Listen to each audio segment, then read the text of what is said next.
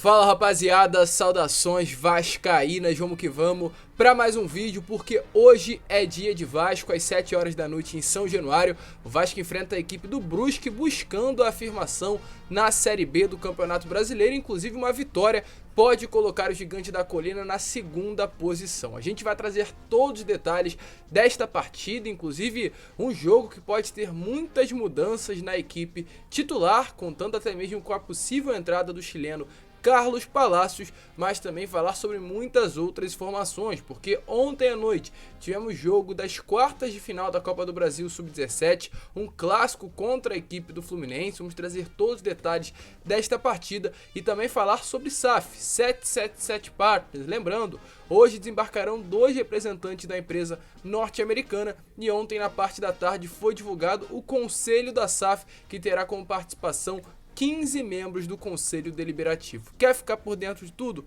Fique até o final que você não perderá absolutamente nada. E é claro, se está chegando aqui pela primeira vez, seja muito bem-vindo. Este é o canal do Gigante, o canal do torcedor vascaíno. Se você ainda não é inscrito, se inscreva no nosso canal.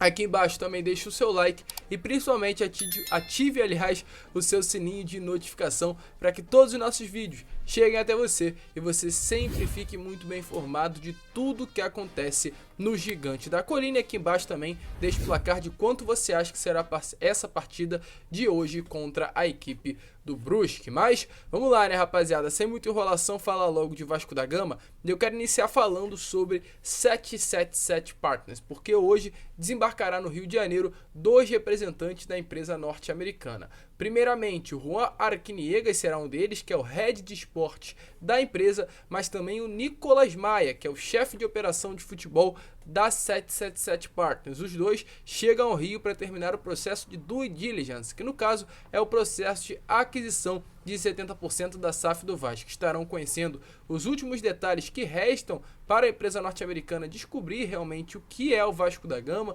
detalhes ali importantes inclusive para que essa proposta oficial venha a ser realizada e para que de fato todo esse processo, toda essa etapa venha a ser finalizada da melhor maneira possível. Inclusive se tratando do Nicolas Maia, a gente trouxe informações sobre quem é este profissional e a importância que ele terá se tratando de 777 Partners e Vasco da Gama. Você quer ficar por dentro? Tá aparecendo aqui um card para vocês do Nicolas Maia. Quem é esse profissional? Lá no nosso canal de corte. A gente pegou um trecho do vídeo de ontem em que a gente explicava quem era esse profissional e deixou lá detalhado para vocês, então corram, card apareceu aqui em cima, você vai saber direitinho quem é esse profissional que está chegando ao Rio de Janeiro hoje, dia 25 de maio. Ele terá a responsabilidade, só para trazer detalhes importantes, de construir a estrutura do departamento de futebol do Vasco. Ele estará ali com essa responsabilidade, né, de reconstruir o departamento de futebol do Gigante da Colina.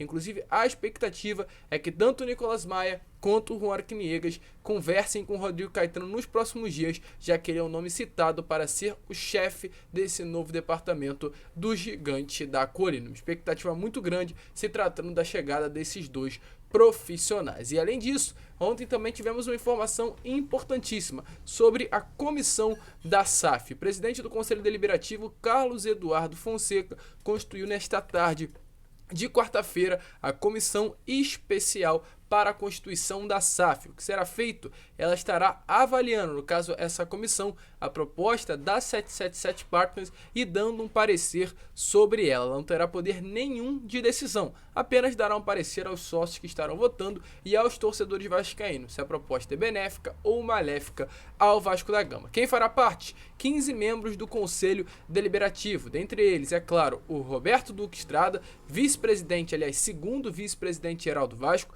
Alexandre Bittencourt, Eduardo Rua, Evanil Ribeiro, Igor Costa, José Carlos Osório, Júlio Brandt, Luiz Manuel Fernandes, Manuel Cordeiro Filho, Orlando Donin Júnior, Rafael Pina, Roberto Valim, Rodrigo Martins, Silvio Almeida e Wagner Coutinho Filho. Além desses também estarão presentes nas reuniões Carlos Gilberto Osório, José Carlos Bulhões Pereira e Adriano Mendes. Todos esses vice-presidentes que fazem parte da diretoria administrativa do Gigante da Colina. A primeira reunião irá acontecer já amanhã, nesta sexta-feira, e ela será com esses 15 membros, a diretoria administrativa e também esses 2 representantes da empresa norte-americana. Estarão se reunindo para conhecer essa proposta da 777 Partners, ter detalhes importantes falados através desses 2 representantes e debater em cima desta oferta que atualmente é não vinculante, mas nos próximos dias será vinculante, ou seja, uma proposta oficial que juntará as 2 partes,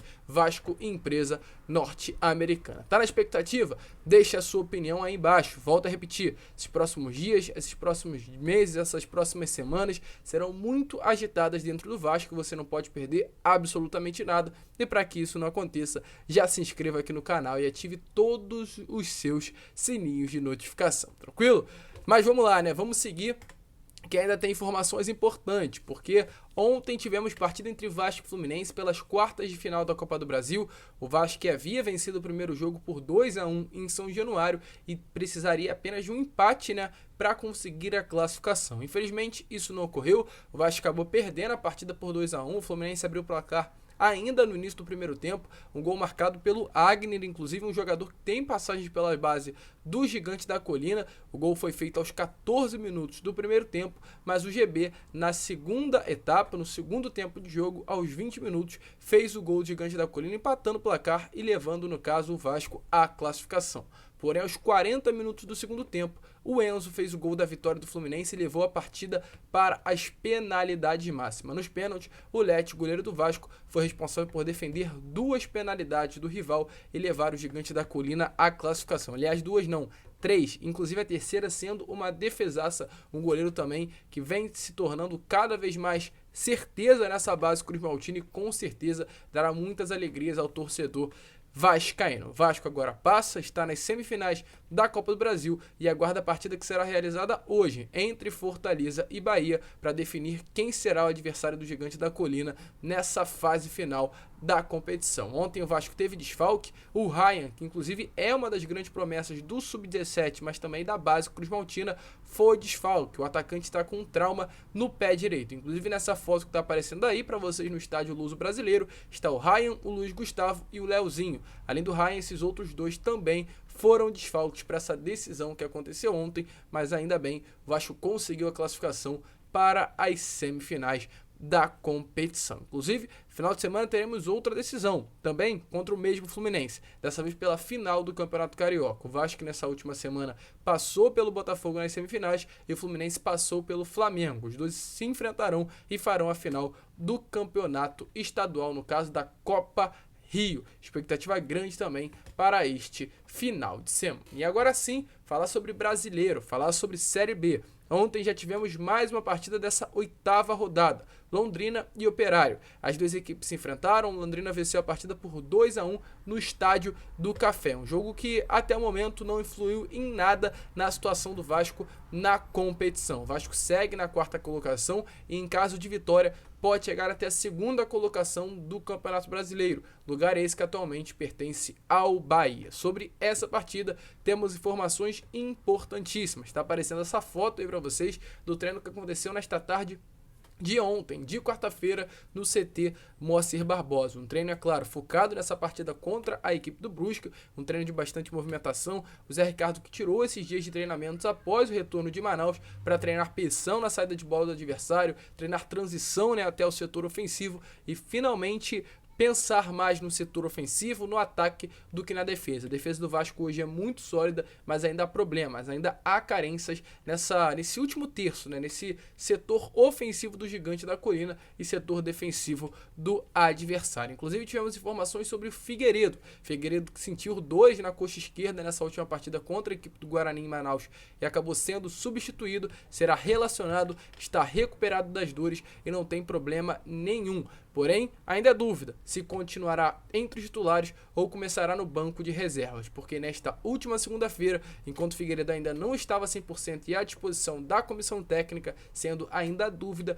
quem treinou no lugar do Figueiredo foi o Carlos Palacios, no caso o Vasco jogando com o Palacios e o Nenê, um ao lado do outro. Se o time vai começar com o Palacios ou com o Figueiredo, é a dúvida dessa vez. Ficará nas mãos do Zé Ricardo decidir e ver quem será a melhor opção para essa partida de hoje contra a equipe do Brusque. Boa notícia é o retorno do Yuri Lara e do Nenê. Yuri Lara, primeiro volante, titular absoluto dessa equipe, e o Nenê também, camisa 10 e meia armador. Os dois que levaram o terceiro cartão amarelo e ficaram de fora dessa última partida contra o Guarani retornam hoje. Desfalque, Gabriel Dias, que infelizmente contra o Guarani levou o terceiro cartão amarelo e é desfalque. Ainda há uma dúvida também para essa posição, devido a condições do Everton. O Everton que seria titular de uma maneira natural, mas ainda não encantou o torcedor vascaíno, e o Leonardo Matos, que por enquanto voltou da lesão, vem treinando normalmente. Ainda há uma dúvida, mas grandes possibilidades sim para que na posição venha a ser o Everton o titular da equipe. E também confirmado mais um desfalque, Juninho,